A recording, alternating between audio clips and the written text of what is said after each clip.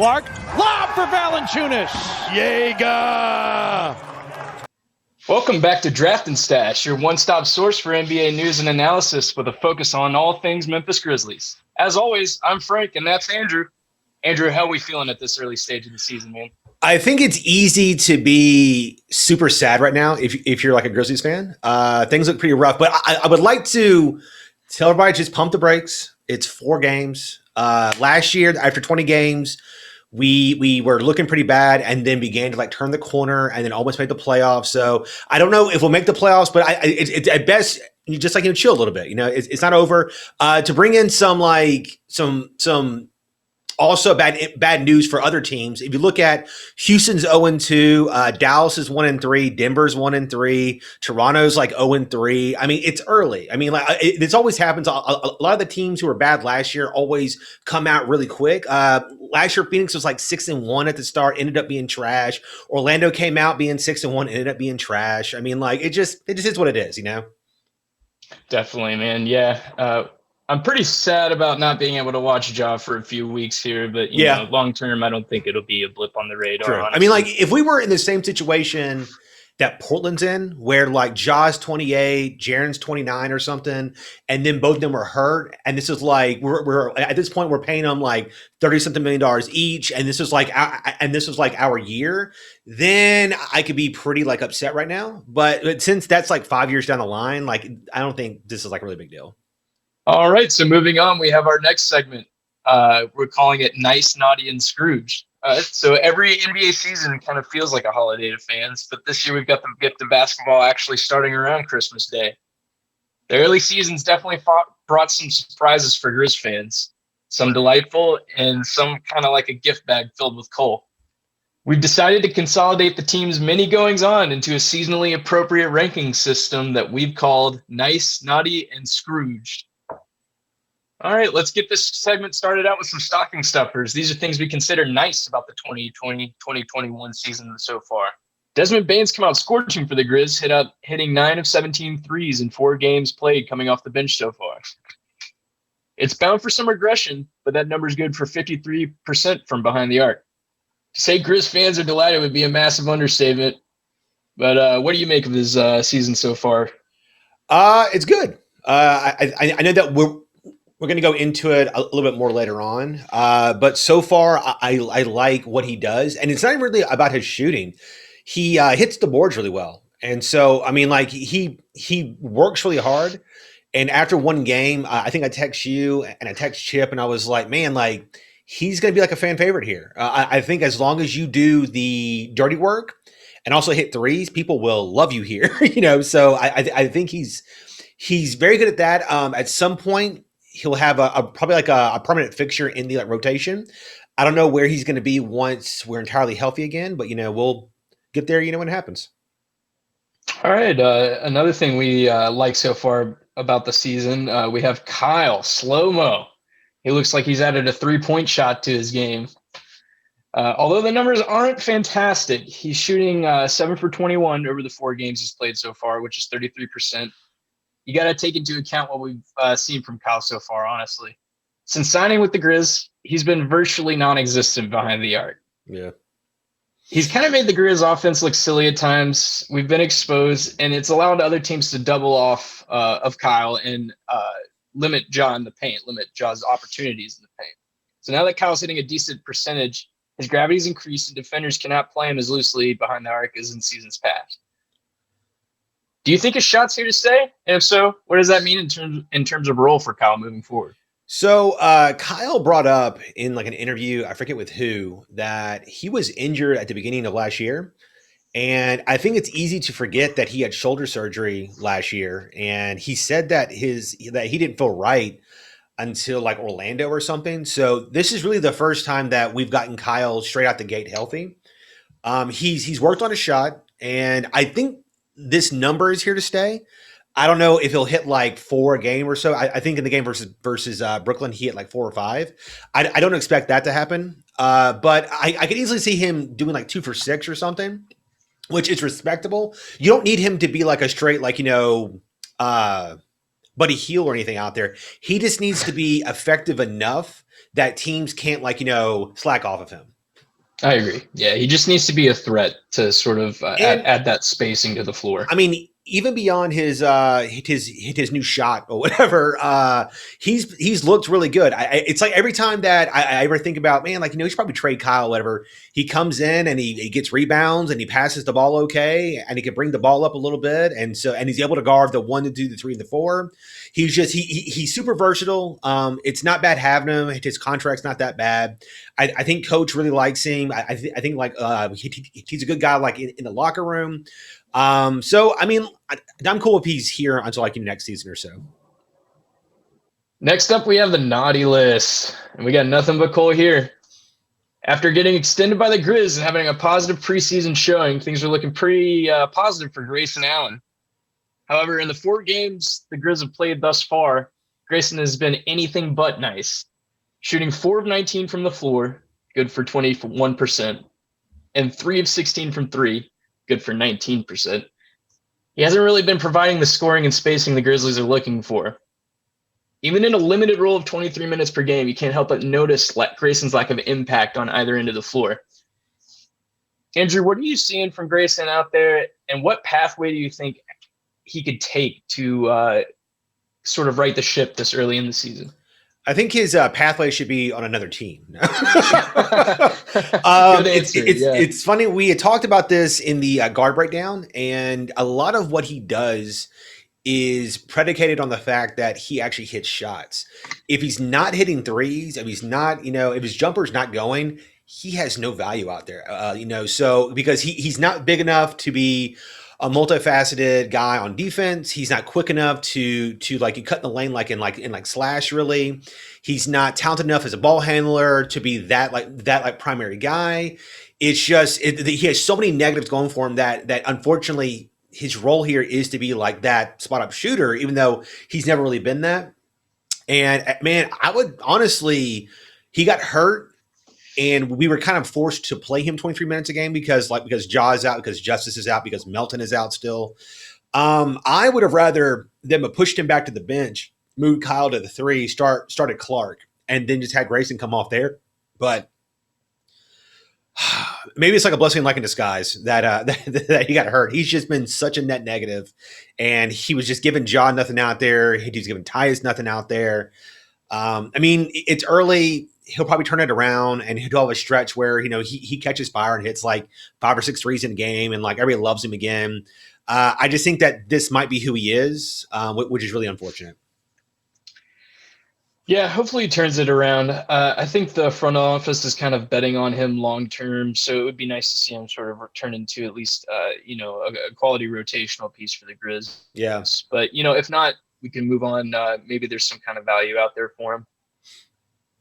Next up, we got Jonas Valancic, the Grizzlies veteran big man. Yeah. So he's kind of had a relatively poor start to his season so far. It's kind of odd though. He looks kind of tired on certain possessions. He's getting beat on the offensive boards. But what's interesting is his stat line is pretty full. It's he's posting 15.5 points per game, 12.5 rebounds, 2.5 assists, and 1.3 blocks on 61% from the floor and 50% from 3. And, it's only been 4 games, but these are all around his averages, both with the Grizz and for his career. Yeah. And, that's why I think it's odd is it's the stats are there, but when you watch the games, it looks like he's just getting beat on certain possessions that leads to sort of momentum swings. He's not really as active in the paint as he usually is. I don't know. What do you think? He's looked really bad. So his I might start calling him the Stay Puft Marshmallow Man, because his stats are full of fluff. He's just because he's averaging like 15 and 12. You're thinking oh man, like his numbers are great. So if you're a casual fan just looking at the stat lines, you're oh man, Jonas is really good. But a lot of his rebounds are not really fought for. I think he played really good against the Nets, where Jordan and Jared Allen were really good, and Jonas needed to be good on the boards. But the Spurs game, he was getting outplayed by Jakob Poeltl, Yeah, he And didn't look great. he looked so bad, and he's getting beat off the. I mean, Aldridge abused him. John Collins abused him. In Versus Atlanta too, yeah. Celtics, like Robert Or Williams was versus making him Atlanta. look so bad out there, and it's just Yeah. he's always been like slower. And when he was like last year, he's like 27. And Jaren and Brandon were out there, so they kind of like made up for his lack of speed. But now that everybody's out, he's really getting exposed. And it's really unfortunate because I like him as a person. I think he's really good. But he might be suited on like another team better than what we're trying to do here, which is be like more like a run and gun. And that might be unfortunate. Yeah, we'll get into that a bit later. Yeah. We're going to talk about Jonas more in depth. We can sort of talk about his future with the team. But up next on the naughty list, we have Mr. Naughty and Nice, Dillon Brooks, who's been bringing sort of his equal parts of holiday cheer and his usual inefficient jeers. Averaging about 19 points with 4.5 rebounds and 3.5 assists, with 2 steals so far. He's been pretty active on offensive defense, making some smart plays and hard drives while embracing his role as the team's primary wing defender. Unfortunately, with Dillon, the good comes with some bad, often a lot of bad, as he is averaging an underwhelming 40% from the field, which is around the average mark for the past couple of seasons for Dillon, and a somewhat anemic 29% from 3, which is actually a good bit lower than his average marks. He's usually around 35, 36%. Yeah. His decision-making in key moments remains questionable. He's looked bad in key moments here and there. And he has also fouled out of 3 of the 4 games so far, showing he's still in over his head a bit with some of the players he's being asked to guard night in and night out. What do you make of Dillon's lack of growth in terms of efficiency? And do you think he's already reached his ceiling this early in his career? I don't want to say young because he's like 24, 25? Yeah, I mean, he's just sort of entering his prime physically. I mean, like honestly. He was a 3-year player at Oregon, right? Or a 4-year player. I can't remember exactly. Yeah. So he was one of those more veteran college guys, which is why he was able to hit the ground running so much in his rookie year. Now he's going into what was like his 4th year? Yeah. I believe. Yeah. So he's around 25 or so at this point. This is probably who he is. Which is like a borderline starter, player. He's going to be inefficient. He continues to get into battles with like, players and stuff. I mean, like him and, oh my God. I mean, like in the Hawks game, him and like Trae Young were barking at each other and stuff. And Trae's scoring 36 on his face and he's shooting like 8 of 47. And like, in the Boston game, I knew he was going to take a lot of shots. And I think he was like 7 for 20 something or whatever. It's just, he's always been a better person catch and shoot wise. So I don't think we're going to see anything better until he gets his groove back a little bit, in which case, as long as he's shooting more efficiently, it always looks good, but he's always that guy. It's just when he makes shots, you don't hate him, but he takes those exact same shots every single game, except sometimes they're down and sometimes, they're out, Yeah, well, I thought the first couple of games, his shot selection had maybe improved. It looked like some of the pressure had been taken off of him with Jaws kind of stepped to the next level. He was definitely trying to pass more, so much so that Jonas said it was crazy out there because Dillon's actually passing the ball. Yeah. I'm sure he was kidding, but there's some truth to that. But almost. Yeah. It was almost to a fault. There's a few times in the first 2 games where he would drive the lane and would have like an easy layup and instead would like try to pass it out or something. So I mean, like there's a good balance there, and eventually he'll find it. Yeah. Well, that leads us into the next part of our list, which is one thing that we consider totally Scrooged about the season so far, and I bet Grizzlies fans can guess what it is. So 2020 has really dealt a bad hand to all parties involved, but Grizzlies fans couldn't help but feel a little piled on when the team's young star, point guard Ja Morant, suffered a grade 2 ankle sprain during the first half of the road game against the Brooklyn Nets on the 28th of December. It's hard not to feel kind of a pit in your stomach when you see Ja sitting hoodie up on the sidelines in a boot, knowing he's going to be out a few weeks, so early into what seemed like a a breakthrough season, which, I'm not saying it won't still be. I think it will. It's just sort of on hold now. Yeah. So what do you think this injury means for the Grizzlies for the weeks during Ja's absence? And do you think it has any implications for the future of Ja's career? I don't know about like the future. I think this could hurt him getting like an All-Star vote this year, unfortunately, because he's going to miss at least a month probably. I mean, like Ja's kind of tough. I know that he hurt his back in the game versus the Pacers last year. He like hit that cameraman's knee or something or whatever, and folks thought that his back was sprained and and he played like 2 games later or something or whatever. So I would not be shocked if Ja's back after like 2 weeks, unless they forcibly make him sit.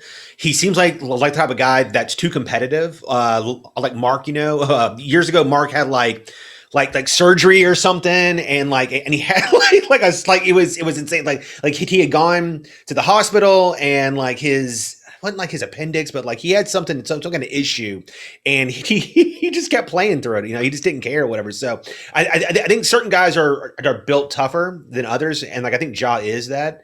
As opposed to the like new rotations, this might be good for Tyus. As people remember, last year Tyus took about 10 to 15 games before he finally found his groove. He was really bad early on, and you could tell that he didn't know his place like in the offense. And then once him and Brandon Clark kind of and like Melton got that trio thing working like off the bench, we like really took off in like January and everything. So I think this would be like a good way to get Tyus going early. And maybe this will also help, Bane get like those like early minutes as well.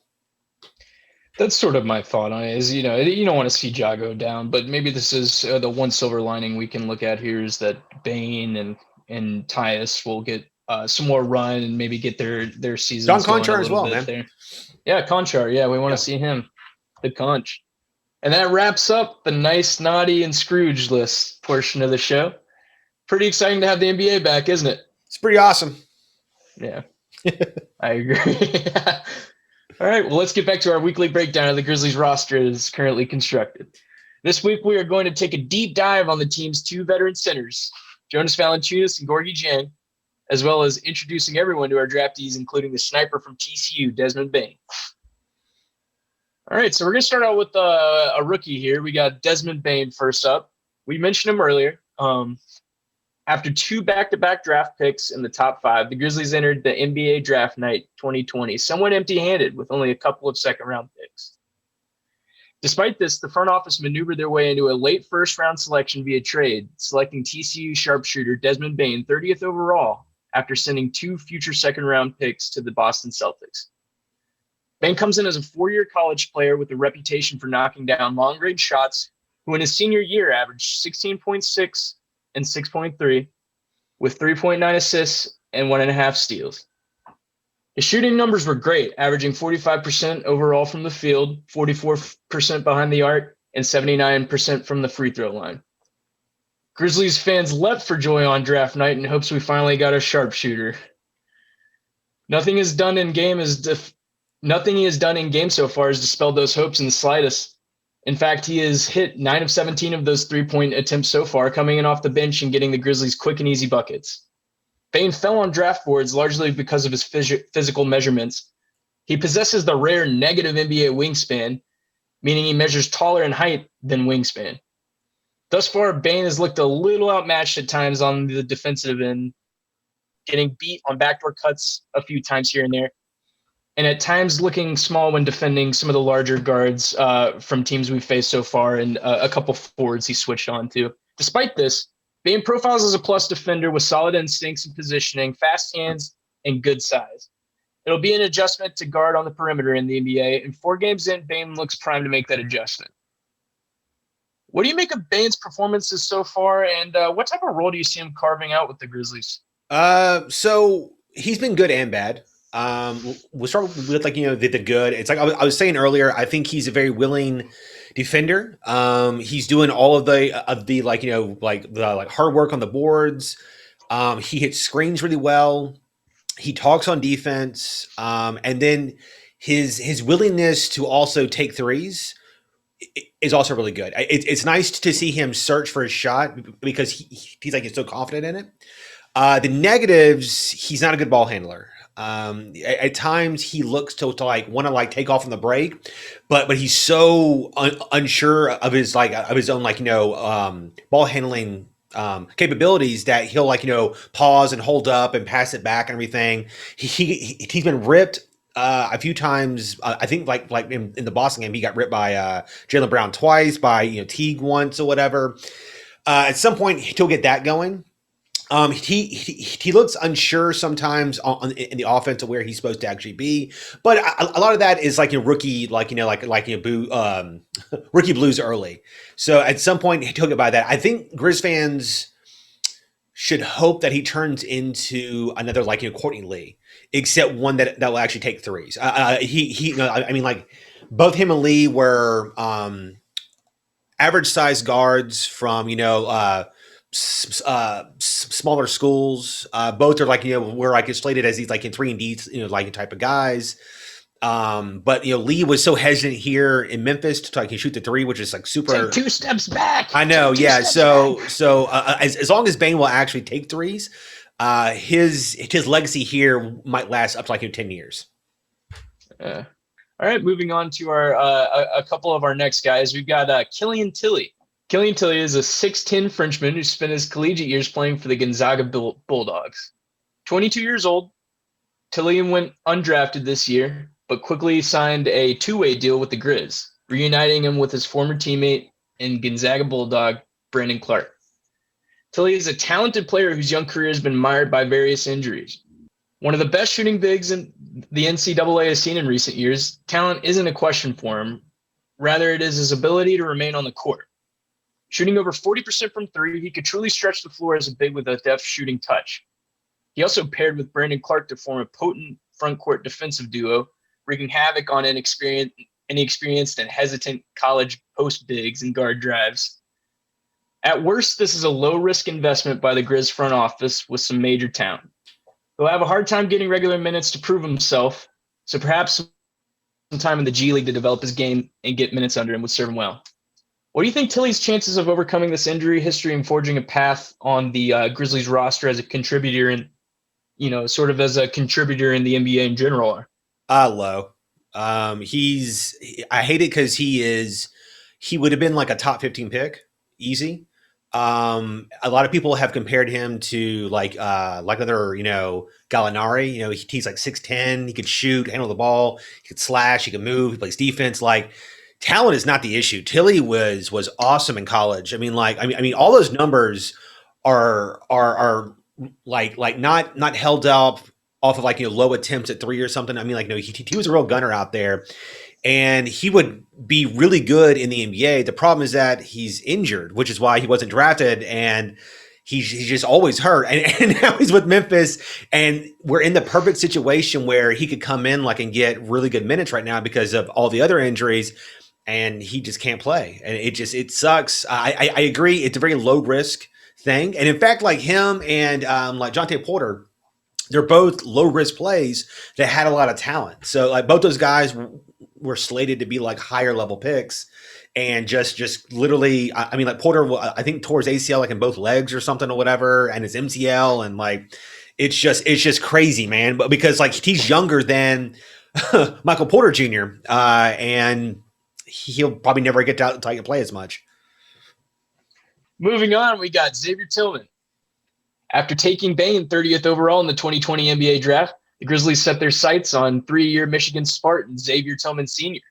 Taken 35th overall in the second round, Tillman was the Big Ten's Sixth Man of the Year in 2019 and was a former teammate of young star Jaren Jackson Jr.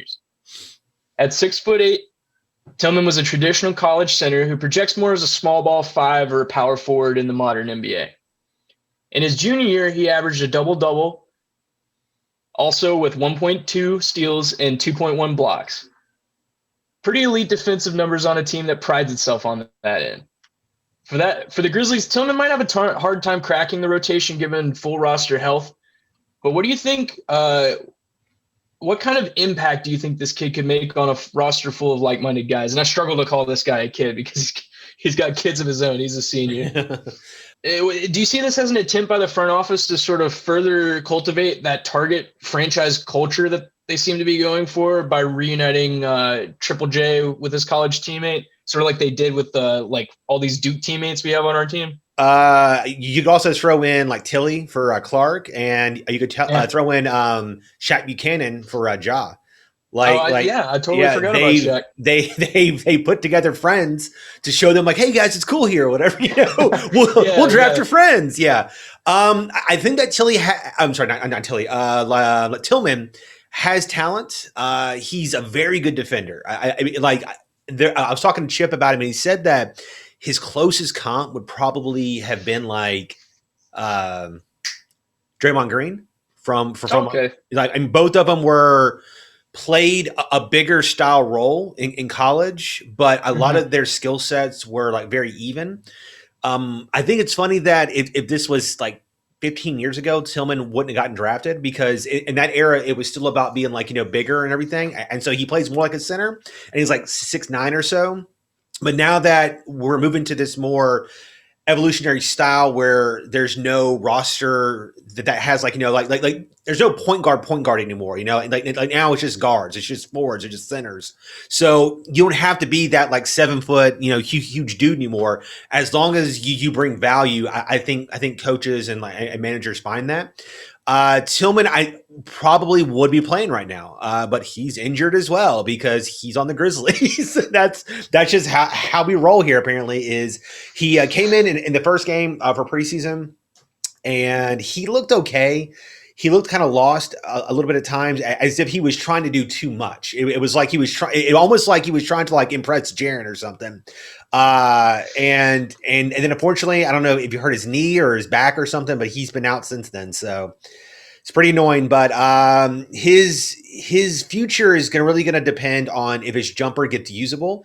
He could almost be another Darrell Arthur, maybe, where like that 6'10" power forward like banger that can play really good defense and be like that like pick and pop guy. If he does that, he'll have like at least like a 2 contract, like in a career probably. Yeah, that would be interesting to see. If he could become Darrell Arthur, I think Grizz fans would be happy. As long as it's every other year, because Darrell had this weird oh, you're right. Yeah, it was like his first year he got hurt. His second year he was awesome, was healthy. His third year he got hurt. His fourth year like he was good. It was so strange. All right, you're right. The healthy years. All right, so moving on, we've got the team centers. We're going to start out with Gorgui Dieng. So he's a 6'11" Senegalese pro. He's 30 years old, and he's in his 8th season in the league. He was selected 21st overall in the 2013 draft by the Minnesota Timberwolves, and he has carved a pretty nice career out for himself in the NBA as sort of the steady off the bench presence on both sides of the court. His name means old one in his native language of Wolof. I hope I'm pronouncing that correctly. And that meaning could not be more appropriate for his role here in Memphis in the overwhelmingly young Grizzlies rotation. A veteran with plenty of game left, Dieng is an efficient player who comes in off the bench for the Grizzlies and continues holding down the middle on D in place of Jonas. Gorgui is an athletic big with some good touch around the rim and a high arcing and somewhat reliable three-point shot. An excellent defender for his size, Gorgui has quick hands and active feet that put him in positions to excel on that end. For 36 minutes, his averages of 2 steals and 2 blocks are absolutely elite. He's kind of a monster. He's sort of been that throughout his career, a good per 36 guy. Well, he has a penchant for making boneheaded plays every once in a while, kind of shooting an ill-advised 3 here, maybe making a drive to the rim that results in a charge. He's a great piece on our team that's built around strong, fast, and high IQ guys. What do you make of Gorgui as a player? And do you think he is a rotation piece sort of moving forward with our team? I don't think he'll be back next year. Okay. I like him as a backup. I think he brings everything that you want in like a backup big. He's a great backup. He has good size. He can shoot. He plays defense. He passes the ball willingly. He's a really good team player. He proved in Minnesota that he can't be a starter. He's just, he doesn't have enough gas in the tank at times. And so like I think his perfect role is at 15 minutes off the bench. He's like a curveball almost because he's almost like a Brook Lopez. Like he comes in, he can block shots, hit threes, to run the floor hard for you, but eventually he just like wears down, and that's when he starts getting like a tunnel vision and starts like really making bad plays. I like him as a backup for Jaren and Brandon and Jonas right now. But his contract is really more valuable at this point. I think he's gotten like $15 million a year or like $17 million a year this year. It's expiring. I would not be shocked if when some of these other teams start to like really suck, that we maybe package him and a few of the pieces for for a more expensive younger player, or maybe like a few picks or something or whatever. Like maybe we toss him and Grayson Allen and like a pick and try and get like another good younger guard or something. Yeah, there's got to be some teams around the league that want an expiring contract. Plus, it's not just that. I mean, like I think like on a better team, he brings a lot of value. Like if you could toss him on like Portland or something, he comes in, hits threes for him. I mean, like he'd be good on Portland. Yeah, I mean, I think like certain teams would gladly take him. And also, I'm so sorry, I got like the hiccups. He had an interview with Chris Vernon. And he had like a really cool quote, which is, if I have, if I have $10, but only need $9, then I just give away that like $10th. So he's giving away like 80% of his salary to people back home to to help build water treatment things and stuff, and building things in the tribe. So he's such a really cool selfless guy that he gives away everything because he doesn't need it. So I think that that's really cool. Just as a person, I think he's good to have around all these young guys as somebody to look up to. So I mean, I'm totally cool if he's here until until the end of the year. I just don't expect that that he's back next year. All right, lastly, for our player breakdowns, we have the starting center, Jonas Valanciunas. A 7-foot Lithuanian big man, Jonas Valanciunas was selected 5th overall by the Toronto Raptors in the 2011 NBA draft. He's now in his 11th season as a pro, one of the veterans on the Grizzlies team. Coming to the Grizzlies package from Toronto during the Marc Gasol trade, Valanciunas settled in nicely as the Grizzlies starting center in his two or so seasons with the team. Only 28 years old, Valanciunas is still in his physical prime and at his best is one of the top centers in the league. A dominant mix of old school game and new school execution, Jonas is a potent offensive threat with a versatile selection of post moves, jab step jumpers, and a respectable three-point shot. Jonas is as efficient as big men come, with very nice high career averages of 57% from the field, 36% from three, and 78% from the free throw line. His defense is also a plus, anchoring the paint on a young and often outsized Grizz team, particularly with his front court starting mate Triple J out at the moment. With solid post defense against talented centers, he's posted an average of 1.6 blocks per game in his time with the Grizz. He's not quite the fastest laterally, but he does an admirable job guarding pick and rolls, using his knowledge of positioning to limit easy passing lanes, and scores for opposing bigs. Health is generally not a concern with Jonas, as he's missed very few large stretches of games during his career. Do you like Jonas's fit on the Grizz? And what do you think his future with the team might be?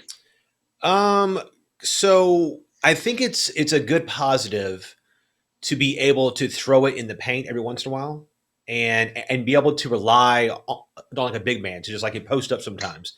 Not every team has that. And it's a good way for a young team to calm down and get an easy bucket from time to time, especially if you hit stretches where you're getting outscored 10-0, 12-0, and you start freaking out thinking, okay, we got to get threes right now. We got to do this right now.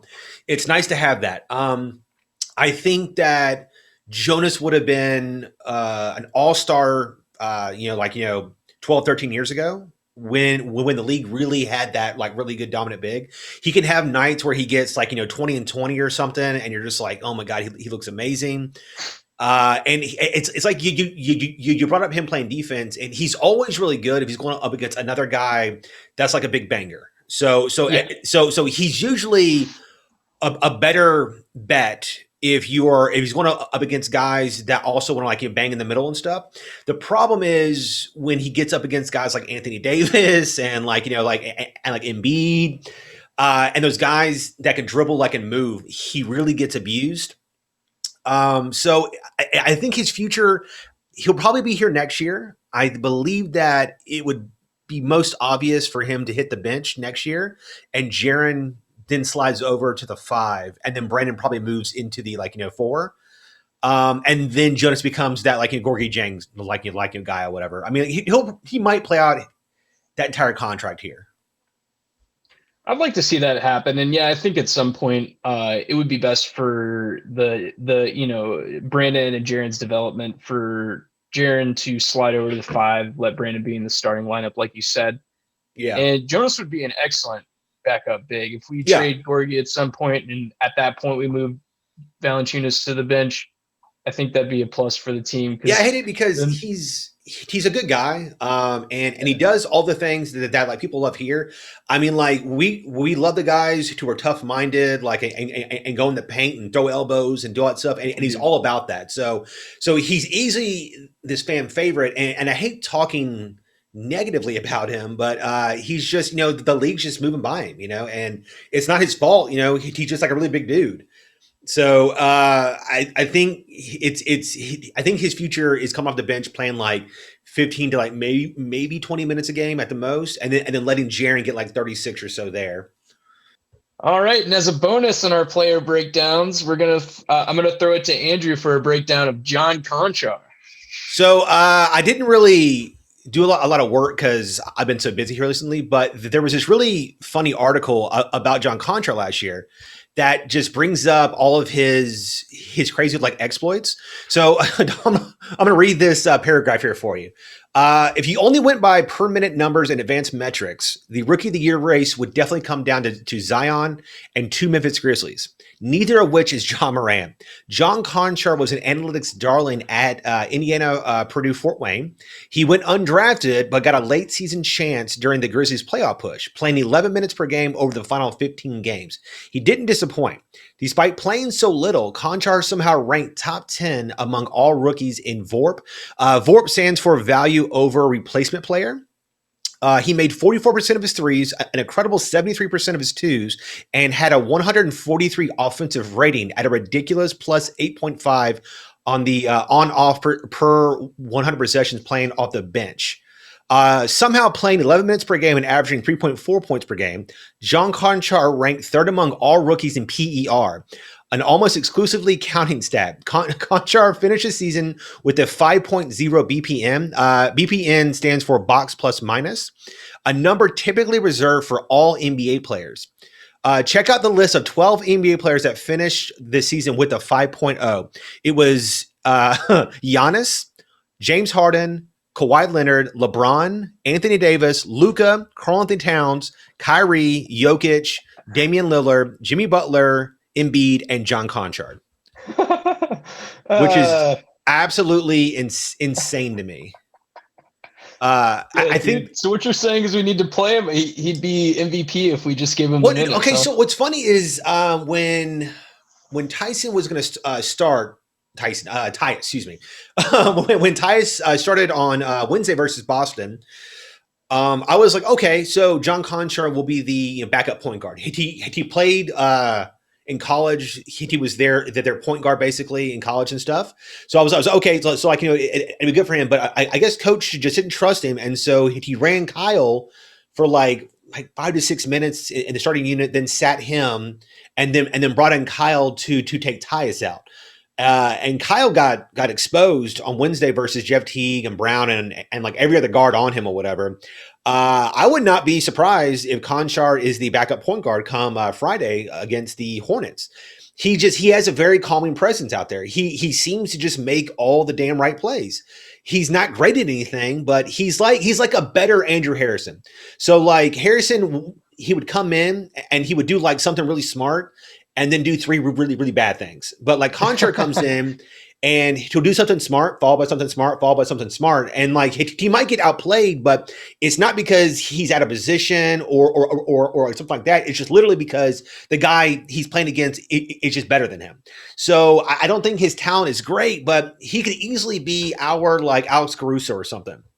So I would not be shocked if he gets an uptick in minutes and Grayson Allen might be gone. All right, so that's going to wrap it up for today. Thank you, everyone, for joining us on this week's episode of Draft and Stash. And thank you so much for all of your support and your feedback so far. I think I can speak for the both of us when I say it's been fun covering the team and these player breakdowns. And, I'm going to strive to get better. I might struggle, but I'll get there.